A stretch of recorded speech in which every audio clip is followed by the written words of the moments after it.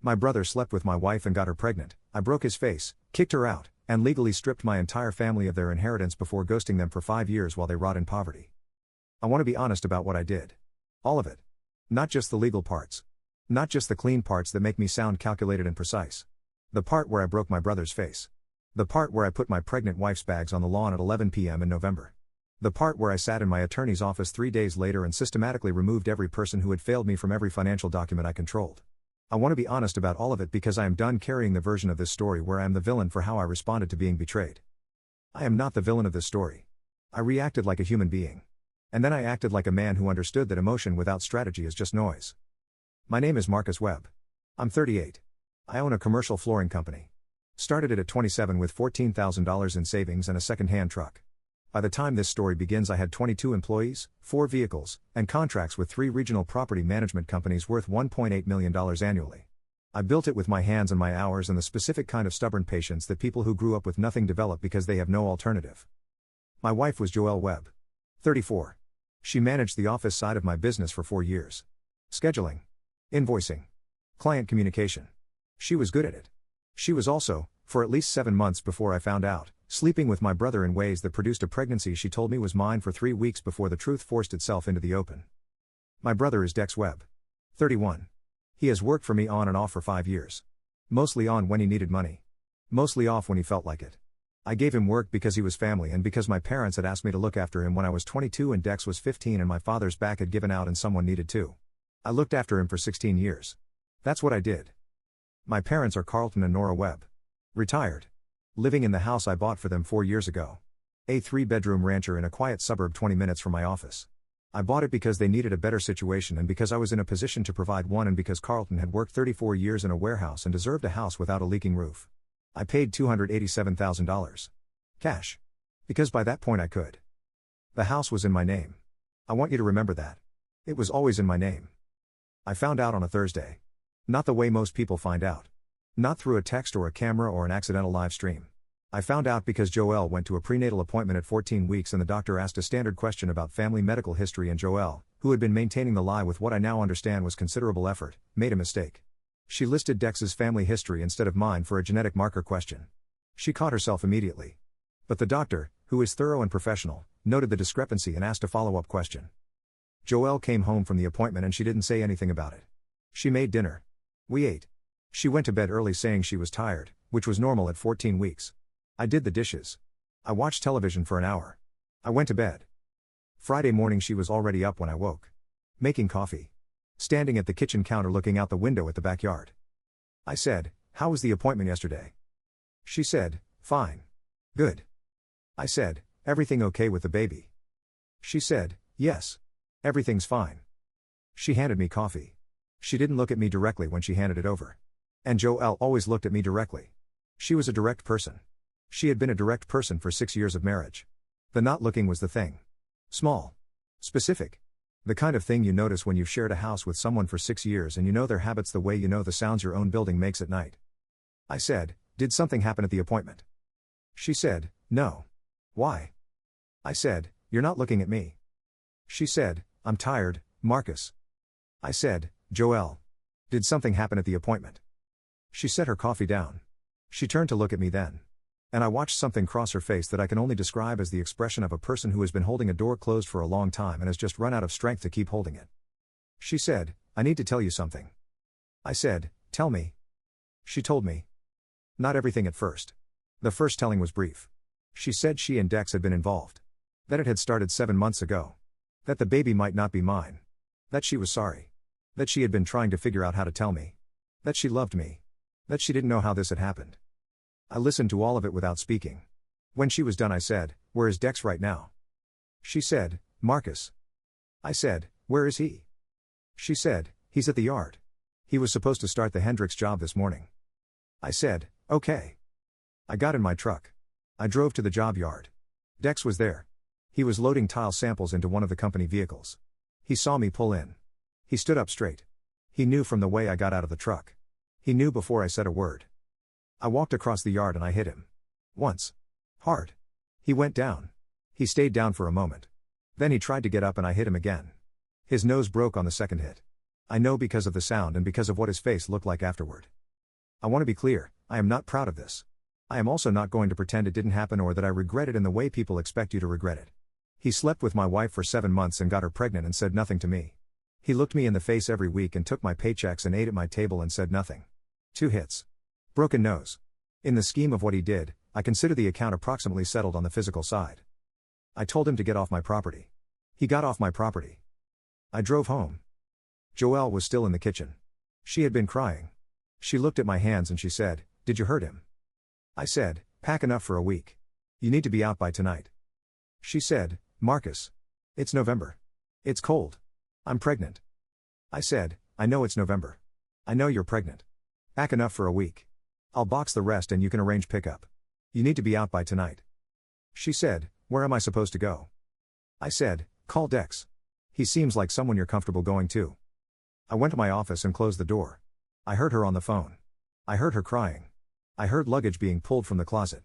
I sat at my desk and I looked at the company revenue projections for the next quarter because the work does not stop and I needed something to focus on that was within my control. At 11:14 p.m. I heard the front door. I heard a car in the driveway. I heard the door again. Then nothing. I went to the living room. Her key was on the counter. Not placed. Set down. The specific way you set something down when you know you are putting it down permanently. I went to bed. I set my alarm for 5:30. I had a crew to manage in the morning. Saturday I called my attorney. His name is Preston Hale. He has handled my business contracts for 7 years. He also does estate work. I had used him to structure the financial arrangements for my parents' house and for some business succession planning I had started 2 years prior. I said, "Preston, I need to come in Monday. I need to restructure everything." He said, "How much needs to change?" I said, "Everything. Will and estate documents. Beneficiary designations on the business life insurance. The house situation for my parents. All of it. I need to understand what I control and what can be changed and I need to move as fast as legally possible." He said, "Can I ask what happened?" I said, "My brother got my wife pregnant." Preston was quiet for a moment. Then he said, "Monday morning. 8 o'clock. Bring everything." Monday morning. Preston's office. I brought everything. My will at that point named Joelle as primary beneficiary of the business and personal estate. Secondary beneficiary was my parents equally. Tertiary was Dex.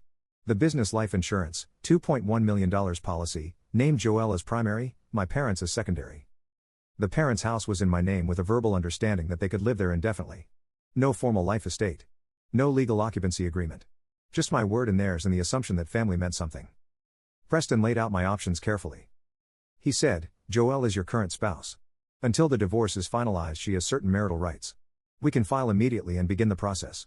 Given the circumstances and the paternity question, the divorce should be straightforward."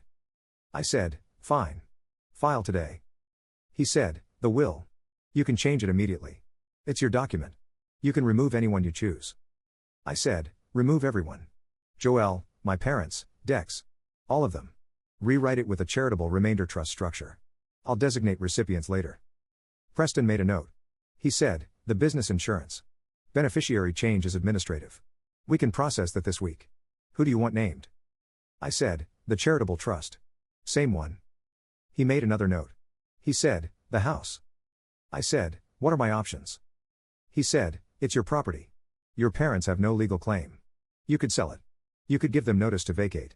You could formalize a life estate that would give them legal occupancy rights but limit your ability to use the property for other purposes." I said, "How much notice would they need legally if I decided to sell?" Preston said, "Given no formal tenancy agreement exists, you'd want to provide reasonable notice. 90 days is defensible. 6 months is generous." I said, "I'm not selling it yet. But I'm removing it from anything that would transfer it to them. And I want it documented that it remains mine with no encumbrances." He said, "Done." I said, "One more thing. Dex has been working for my company. On payroll as a contract laborer. I want him terminated today. Formally. Documentation of cause." Preston said, "What cause do you want documented?" I said, "Conduct detrimental to the business and to the principal. He'll know what it means." Preston drafted the termination letter that afternoon. Dex received it by certified mail Wednesday. The divorce. Joelle hired an attorney named Briggs. Briggs contacted Preston with what I can only describe as optimistic opening demands. The business. The house. Spousal support. She was a business partner, they argued. She had contributed to the company's growth. Preston responded with documentation. Joelle's compensation history, She had been paid a salary of $64,000 per year for her work. Market rate for the role. She had been paid as an employee, not as a partner. No equity had ever been transferred. No partnership agreement existed. She had been paid for her work. Her work had been compensated. He also attached the results of the paternity test I had ordered at week 16. Non-invasive. Blood draw. The results came back 11 days after I ordered them. The child was not mine. Dex was the father. 99.96% probability. I want to tell you how I received this result. I was at my desk. Preston called. He said, "Marcus. The results are in." I said, "Tell me." He said, "The child is not yours." I said, "Okay." He said, "Marcus." I said, "What do we need to do next?" He said, "I'll send the results to Briggs today." I said, "Do that." I went back to the revenue projections. The work does not stop. Briggs' demands evaporated within a week of receiving the paternity results.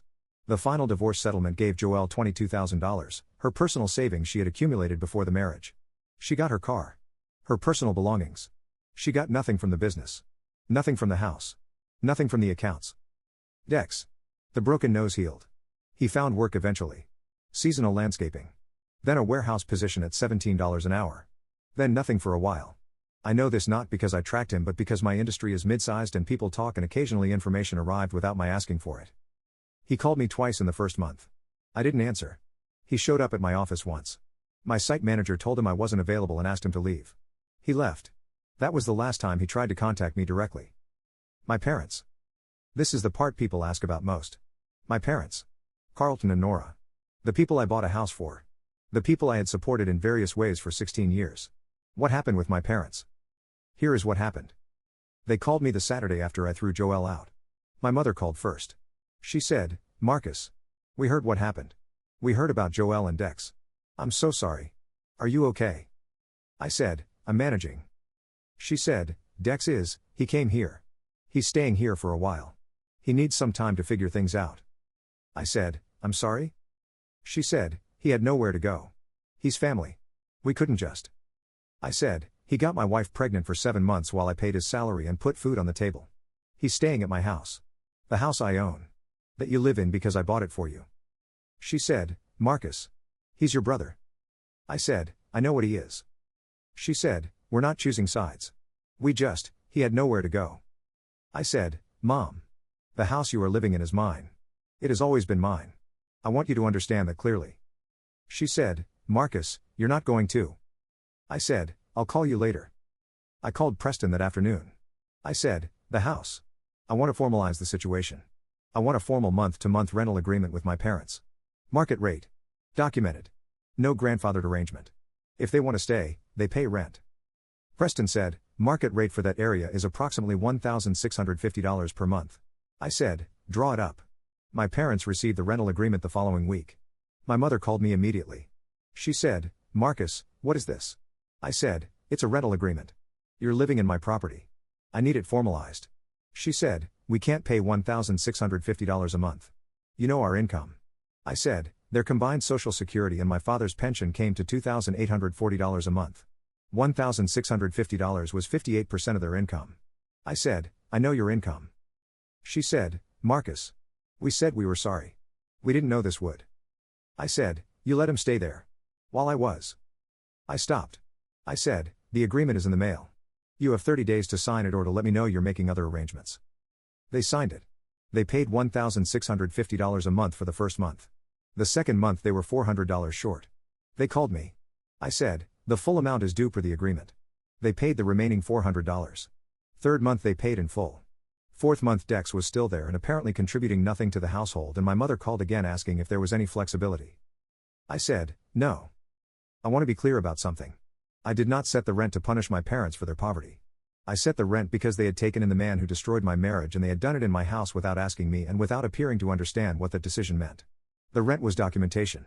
The rent was proof that my patience has limits and that being my parents does not exempt you from those limits."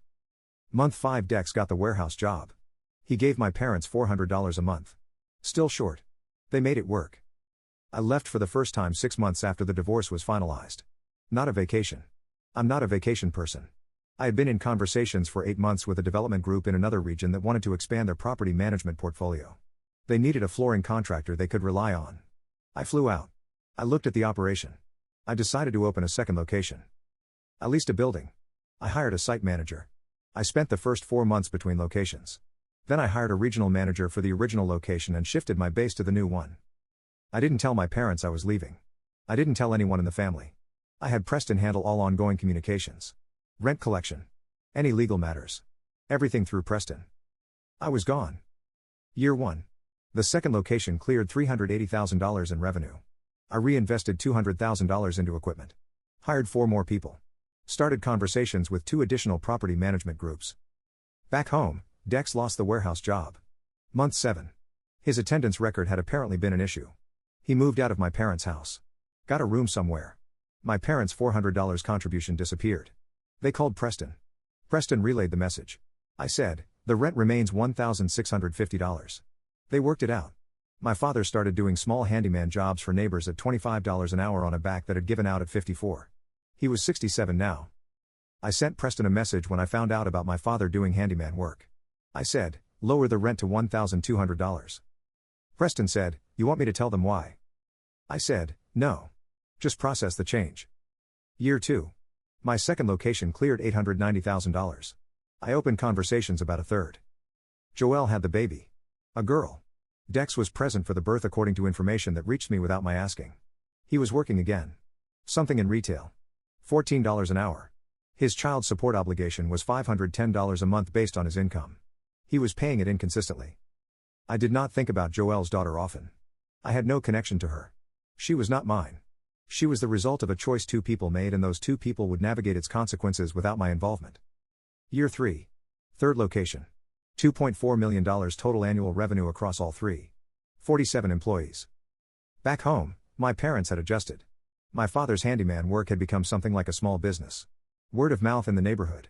$800 to $1,200 a month some months. Not a solution but a contribution. Dex came and went from their lives. Sometimes working. Sometimes not. Sometimes present. Sometimes somewhere else. My mother wrote me letters. Preston's address. I read them. I kept them. I did not respond. Year 4. A competitor in my original region approached me about acquisition. They wanted to buy my first location. I spent 4 months evaluating the offer. Preston reviewed the structure. I accepted. Sale price, $1.4 million. I deposited $1.4 million in April of year 4. Added it to what had already been accumulating. I was 37 years old. I had started with $14,000 and a second-hand truck. Year 5. I came back. Not permanently. Not for reconciliation. Not because I had forgiven anyone or decided the past was far enough behind me. I came back because Preston had flagged something. My father's health. 2 letters from my mother in the past 6 months had mentioned it more directly than she usually did. Preston said, Marcus, I think you should know that Carlton is not well. My father had been diagnosed with early-stage heart failure. Managing it with medication. Not immediately critical. But not nothing. I drove back. Not to the house. To Preston's office first. Then to a diner near my parents' neighborhood. I called my mother and told her where I was. She arrived 22 minutes later. She came alone. She sat down across from me and she looked at me for a long time without saying anything. Then she said, you look good. I said, how is he? She told me about my father's health. The medications. The restrictions. The things he could no longer do. I listened. I asked questions. Specific questions about the diagnosis and the treatment plan because I have always dealt with facts better than with feelings. She said, he wants to see you. I said, I know. She said, are you going to come? I said, I'll think about it. She said, Marcus. He asks about you. Every day. He asks if I've heard anything. I said, did he ask about what Dex did every day? She looked at her hands. I said, I'm not asking to be cruel. I'm asking because I genuinely want to understand what the scale looked like. On one side, what Dex did. On the other side, what I meant to you. Which side had more weight on which days? She said, you always had more weight. We just didn't know how to choose. I said, choosing wasn't complicated. I needed you to tell him he was wrong. That was the choice. You couldn't make it. She said, we know that now. I said, now is 2 years too late for knowing to fix anything. But it's not too late for other things. I paid for the coffee. I left $40 on the table because my mother would have argued about the check. I went to my car. I sat there for a while. Then I drove to my parents' house. My father was in the living room. He looked smaller than I remembered.